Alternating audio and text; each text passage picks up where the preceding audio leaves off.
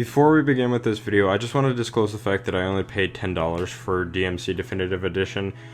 People that I knew personally gave me some money to spend on whatever I wanted, and I just so happened to decide to spend it on DmC Definitive Edition because I was curious to see if the game was any better. So yeah, now that that's out of the way, let's get started with this video. You know, I was genuinely hoping that DmC Definitive Edition would have been at least a decent hack and slash compared to its original launch, but that doesn't seem to be the case, at least with all the problems that it has in terms of gameplay, in terms of the fact that you have to still change the controller layout drastically. You also have to consider the fact that difficulty is somewhat of a problem, especially when you're talking about glitches, because some of the glitches are triggered by the difficulty. And I'll get to difficulty in a moment, but right now let me just briefly touch upon the story. You know, I don't think I need to reiterate the fact that the story in DmC is bad. I think we all pretty much know that DmC's story is piss poor and shouldn't be getting all these accolades for having a quote-unquote good story when it's not that great. But I do want to touch upon the altered scene towards the beginning of the game. I've seen a lot of people talk about how the game is censoring itself. That's simply not the case when you consider the fact that the fuck you fight or argument between Dante and Succubus is still there. The fact that they still kept the sniper rifle abortion scene, or how about the fact that literally on the first cutscene of the game, Dante is getting a blowjob from somebody. Those scenes are all still in there. They're not altered. They remain the same as they did in the original launch of DmC. So no, the game is not censoring itself, but I did want to touch upon that. Also, I want to touch upon the ending for a bit. This new ending, the director's cut ending, as Gregaman would put it, it actually makes the original ending look good. I'm just gonna say that. I didn't think it was gonna be that. I thought it was gonna be completely different. I was expecting like a poorly done version of DmC3's ending. Luckily that wasn't the case, but that might have been better in the long run. I don't know. I don't know what else to say about that ending.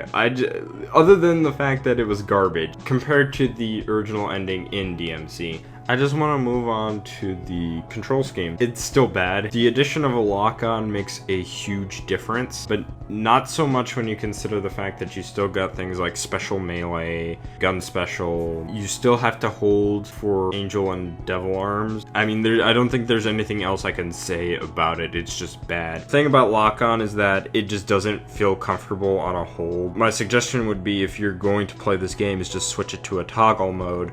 That way you can at least have a somewhat comfortable control layout, because me personally, I couldn't find the control scheme comfortable when I had it on a hold, because it felt like I was just holding every single button down while I was holding on to lock on, so I just switched it to a toggle. So trying to make the control scheme similar to past Devil May Cry games, it's just not gonna work. It'll make the controller just feel really uncomfortable. Next, I want to transition into difficulty and some of the new modifiers that are in this game. Hardcore mode works as should for the most part, except for the enemies still seem to go down pretty easily, at least in my experience. The nice thing is that Devil Trigger works like it did in previous Devil May Cry games, and enemy spawn increases, as well as parry time being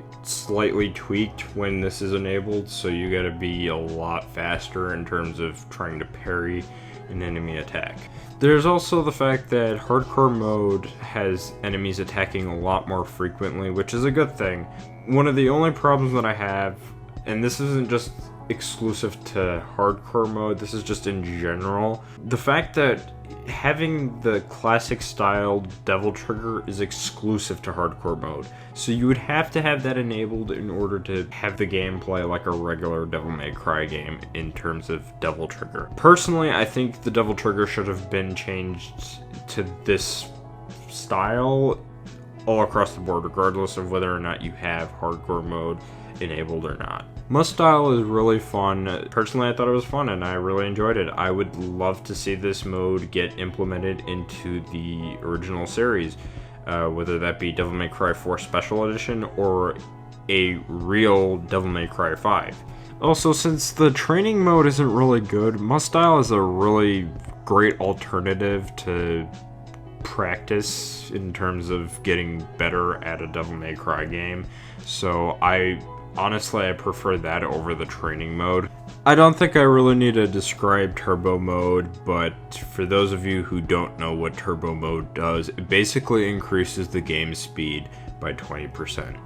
Difficulty, for the most part, it doesn't feel like it's changed a whole lot, so you're gonna be still taking down enemies just as easily as you did in the original launch for the game, for those of you who have played DmC before. Outside of the difficulty still feeling really easy, those are the few positive things I will say about DmC Definitive Edition. Apparently, Angel and Devil Arms had like different tweaks to them, but if they were done, I didn't notice them. They pretty much felt the same like they did in the base game. Oh yeah, and firearms. Ebony and Ivory still don't work. They're still weak as hell. Revenant being the only gun that works properly, and Kablooey is still broken as fuck. Now you may have noticed something. I didn't talk about Gods Must Die, and that was because the game gets really glitchy as soon as you hit Son of Sparta. And at one point, I couldn't even weapon swap, so I just gave up. I was not going to go through a broken game. But from what I've been told, it works as should when it's not glitched up, for the most part. But there are more glitches as you progress through difficulty, from what I've been told. And you know what? I believe those people because I have experienced a lot of glitches transitioning from Nephilim hardcore to Son of Sparta hardcore. There are a lot more glitches that are noticeable within the higher difficulties as soon as you transition over. This isn't just based on my experience, this is based on some other people's experience who've went through, you know, Son of Sparta, Dante Must Die, Gods Must Die. These glitches become very apparent the higher you set the difficulty. I don't know why that is, but that just seems to be the case. The most that I've experienced in terms of glitches on Nephilim was just the round trip glitch. That was about it. But as soon as I hit Son of Sparta, that's when I started seeing a lot more.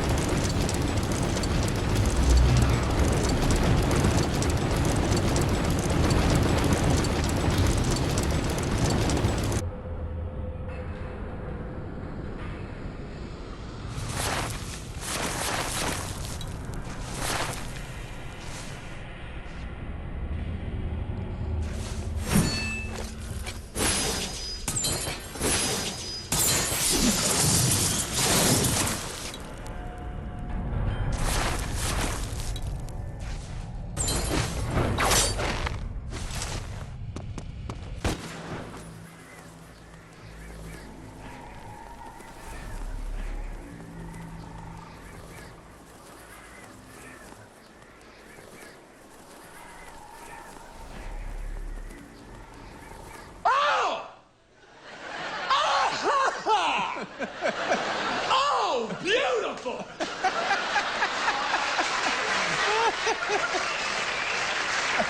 Have you guys heard this one? Oh!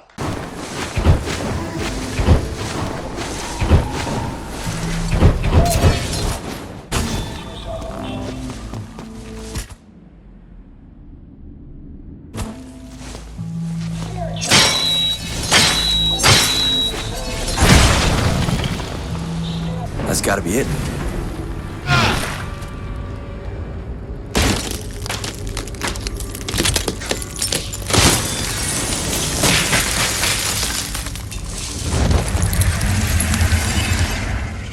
Why am I doing this for a crusty old demon?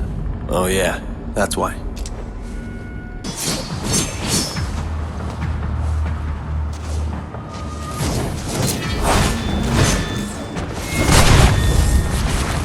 You would think this is is like a joke or something, but it's not, and that's the beauty of it.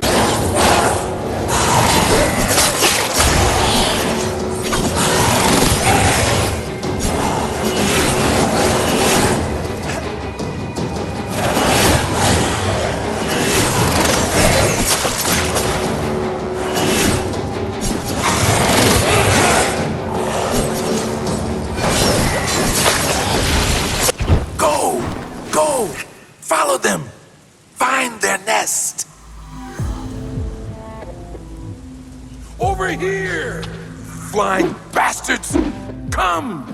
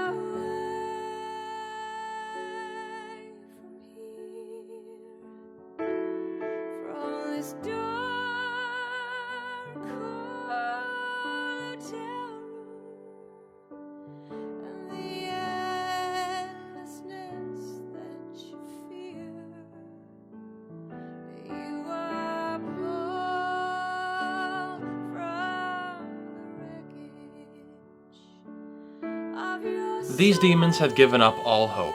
They are in fear of death because all their brethren have been slain by Dante. With your help, we can find them a safe place to live, without the fear of being forced to bend over, before getting back up and being forced to run into a wall. Call 1-800-BULLSHIT or go to DmC.org to learn how to help these innocent creatures.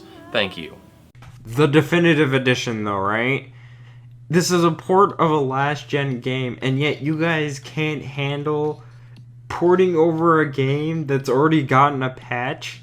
You know, the glitches that you guys should have fixed. I could understand the round-trip glitch, you know, being something that's new because you've reintroduced lock-on, but like some of these other glitches, like are you kidding me? You're kidding me, right? Like, get out of here with that. Like, this is one of the main reasons why I would have trouble recommending getting DmC Definitive Edition. This is one of the major reasons why. The other major reason why I would have trouble recommending this game is because of the amount of content you're getting. Now, when you look at all the content that DmC Definitive Edition includes compared to Devil May Cry 4 Special Edition, it's very apparent that you're not getting a good deal with DmC Definitive Edition. In DmC Definitive Edition, you're getting all of the DLC, 2 new costumes, 1 for each character, 4 new modes, technically 1 returning, and a new Bloody Palace exclusive to Virgil. So when we look at Devil May Cry 4 Special Edition, we're getting 2 new modes coming in from the PC version, those being Legendary Dark Knight mode and Turbo mode, 3 new characters, some new costumes and skins, 2 of which are confirmed for the collector's edition in Japan, which is the Devil May Cry 3 lady costume and the Gloria skin for Trish. And there's more to be announced as of right now of me recording this.